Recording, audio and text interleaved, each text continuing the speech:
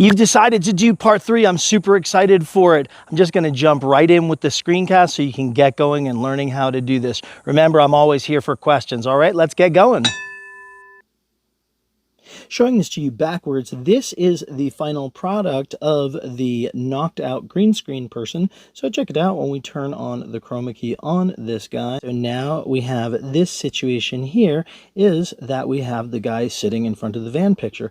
And I'll just make it more clear by adding a little bit of a layer in between. I'm just going to add this PNG. I'm going to send it backwards, and then the PNG can move behind him like we will have our clones moving behind him. But now that you understand what we're actually talking about, let me show you how we're going to achieve this goal. Separate movie, you take your video that is your person walking to sit down, and you divide it into 3 parts. The part they're walking up to, the part where they are sitting still, and the part where they're walking away. You make 2 cuts in it there. So once the person is sitting down, then you're going to go ahead and find the frame, a frame where their body is best contained. The best thing to do is when your hands are closer to the center, something like this. And then you go ahead and you capture and save this.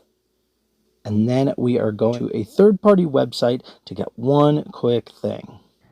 This is a safe and verified website, remove.bg. They have a professional service that we don't need because we only need the preview size image, so we get it for free. Don't sign up for anything. You just upload the file that you're going to use that we captured off of our frame.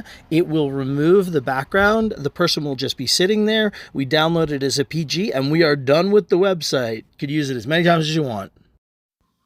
We take our downloaded PNG, we add him pretty much anywhere because he really should fit, and we scale him up and we use our alpha opacity technique to make sure that we have a really good match with him and the guy in the center. Now we're ready for the next part. This might get confusing here, but just watch it twice if you need to. So we scroll to the end and we add an image and we change the image to green because we're creating this green screen knockout thing. So we just increase to 100% green, and then we drag our PNG down over the green area that we have defined. The next part is the part that's the most complicated. So we've got just the guy on top of the green screen and we want to turn him totally orange.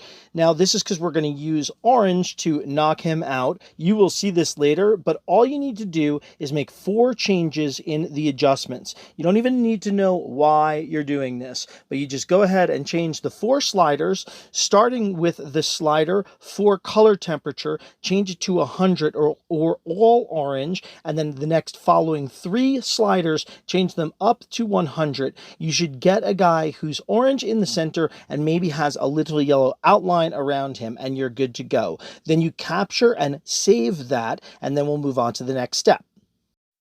Now we navigate back to the start of the middle piece, or the piece where the guy is seated the whole time, and we add as a layer that new green and orange that we just captured. Once again, we use the scale up with alpha opacity technique to make sure that he fits properly over the guy who's sitting there, and scale him up and alpha opacity, and we are good to go.